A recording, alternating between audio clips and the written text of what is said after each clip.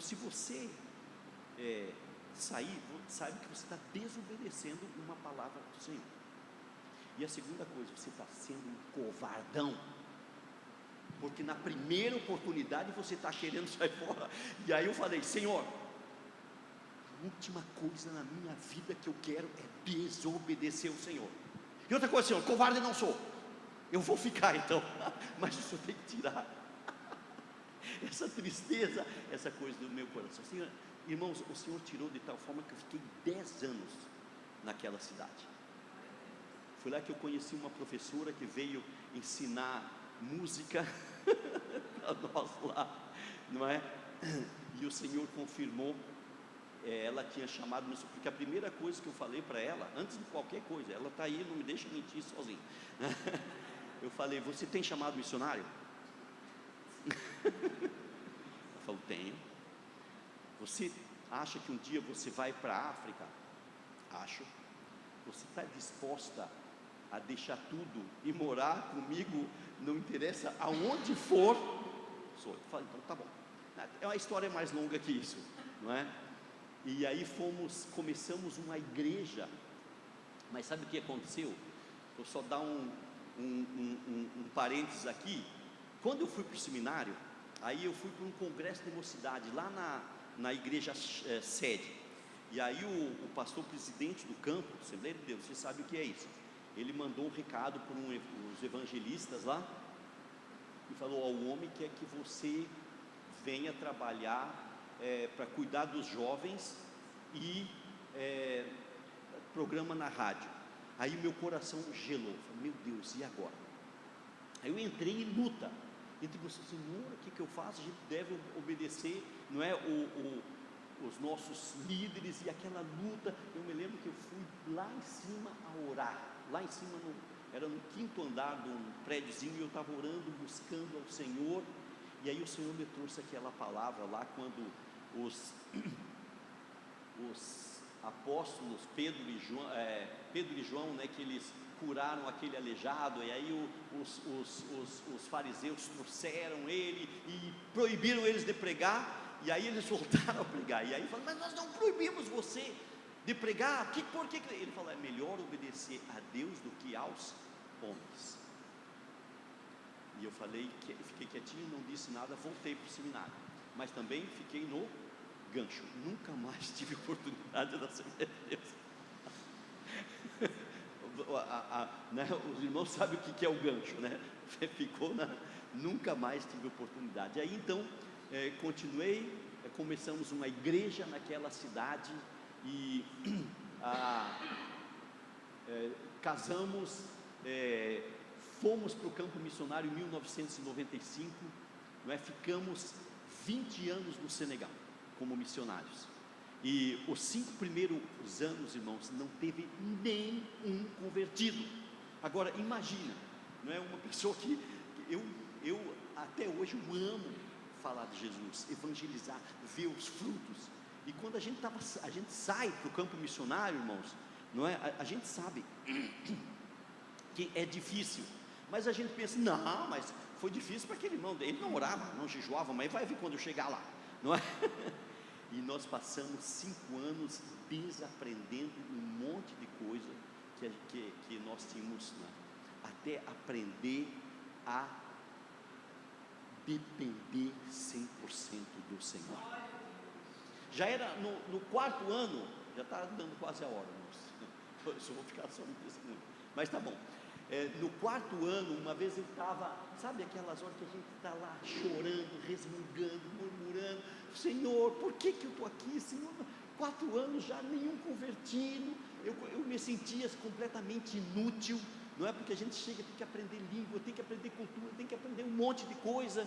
E falei: Senhor, eu podia estar no Brasil ganhando alma. Será que o Senhor não se enganou? Porque eu sabia que Ele tinha me mandado. E aí uma segunda vez o Senhor teve que me falar. Ele me chamou e falou: Bruno, o que você está fazendo aqui? Por que você está aqui no Senegal? Eu falei: eu estou aqui no Senegal porque o Senhor me chamou para cá, o Senhor me chamou para a África. Aí ele falou: você está aqui para ganhar almas ou para me obedecer? Aí eu falei: te obedecer, Senhor. Ele falou: se eu quiser que você passe a tua vida inteira sem ganhar uma alma, você vai me obedecer? Eu falei: sim, Senhor, eu vou te obedecer. Porque, irmãos, toda vez que eu vinha para o Brasil, né, 2 anos, ou que 1 ano, e aí a primeira coisa: e aí, irmãos, quantas almas? Quantos batizados? Quantos convertidos? Nenhum. 3 anos depois vinha novamente: quantas almas? Quantos batizados? Quantas pessoas? E os irmãos lá? Nenhuma. É terrível, não é? E aí, quando eu me entreguei ao Senhor, eu estou aqui para ser tua testemunha. Eu lembro que uma vez nós alugamos um quartinho assim, lá no meio do bairro mais tradicional ali, mais muçulmano, mais animista, adorador de espíritos e tudo, e chamava Gueule Tapée, quer dizer goela trancada, para você ter uma ideia. E um dia nós estávamos ali, e nós conhecíamos, claro, as músicas do cantor cristão, da harpa cristã, e nós tínhamos feito linguística, então a gente tinha a letra e a música. Eu vou até cantar um pouquinho, vocês vão lembrar.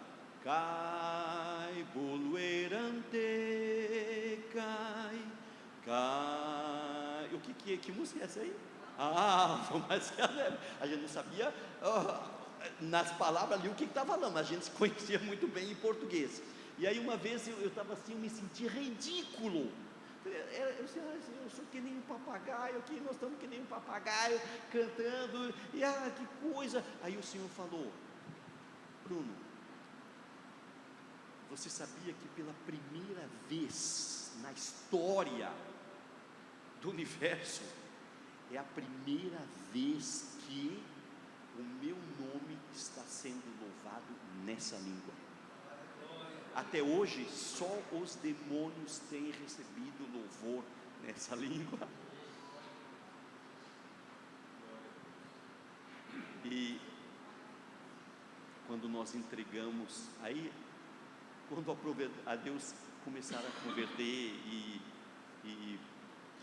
nós começamos a trabalhar com meninos de rua, e nós começamos a ensiná-los, a discipulá-los, e eles eram perseguidos, expulsos das famílias, e aí nós com um sustento apertado, e aí em 2001, teve, eu acho que os irmãos, 2002, 2001, final de 2001, o dólar foi lá em cima, porque era quando nós fomos para o Senegal em 85, $1 era 92 centavos de real, para vocês terem uma ideia. Não sei se alguém lembra disso, quando saiu o plano real, não é? Então, mas de repente foi para 13 e pouco. Então, de uma hora para outra, o nosso sustento dividiu por quase 3, não é? E aí nós estávamos orando e buscando do Senhor, e aí o Senhor nos deu essa ideia de abrir a churrascaria, né? Para levantar fundos para o sustento da obra missionária, para dar um treinamento profissional a esses jovens. E aí, não é? Hoje nós temos vários pastores, muitos pastores nacionais. Aliás, nós temos umas 5 ou 6 igrejas e várias outras sendo implantadas, não é? O único brasileiro lá é o pastor Gutenberg, os outros todos são africanos, senegaleses. Então, irmãos, aí a gente volta aqui. Eu não sei, talvez Deus está falando alguma coisa ao seu coração. Às vezes está em dúvida, não é? Às vezes Deus deu uma palavra, mas parece que ele não ouve mais nada. Ele falou, agora eu não vejo mais nada, como aqueles discípulos do caminho de Emaús, né? Ele falou tanta coisa, não é? Mas agora já faz 3 dias, não é? O meu justo viverá pela fé, e se ele recuar, a minha alma não tem prazer nele. Mas aí em Hebreus fala: mas nós não somos dos que recuam. Aleluia. Então, quando nós obedecemos ao Senhor, quando você obedece ao Senhor, e vai e faz aquilo que o Senhor pediu, Ele mesmo vem e resolve o teu problema. Ora, tendo acabado Jesus de dar essas instruções a seus 12 discípulos, partiu dali a ensinar e pregar nas cidades deles. Eu gostaria de terminar com essa palavra: o Senhor é fiel. Vale a pena servir ao Senhor, vale a pena se consagrar 100% ao Senhor, né? Graças a Deus, quase 44 anos já que eu sigo o Senhor, e Ele tem feito maravilhas, e Ele tem salvado a minha família. Ele tem salvou minha irmã, foi salvando. Pude pregar para o meu pai 6 dias antes dele falecer, e eu levei a Jesus. Eu nunca tinha pregado meu pai. Ele era uma fortaleza, mas nos dias de falecer, ele ficou uma manteiga derretida. A minha mãe faleceu, eu estava lá no Senegal. Eu fui saber da morte da minha mãe 2 semanas depois.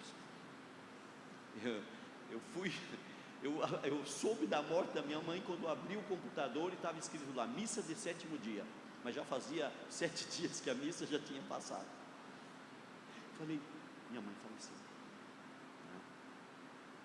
Hoje meu irmão está convertido, os meus sobrinhos estão convertidos, a minha mãe entregou a vida para Jesus, a minha família que antigamente me expulsou, hoje eles me respeitam e ouvem a palavra de Deus.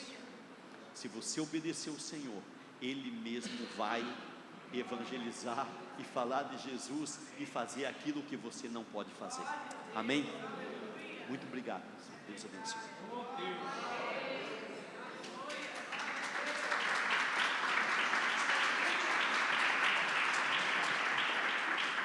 Amém, irmãos.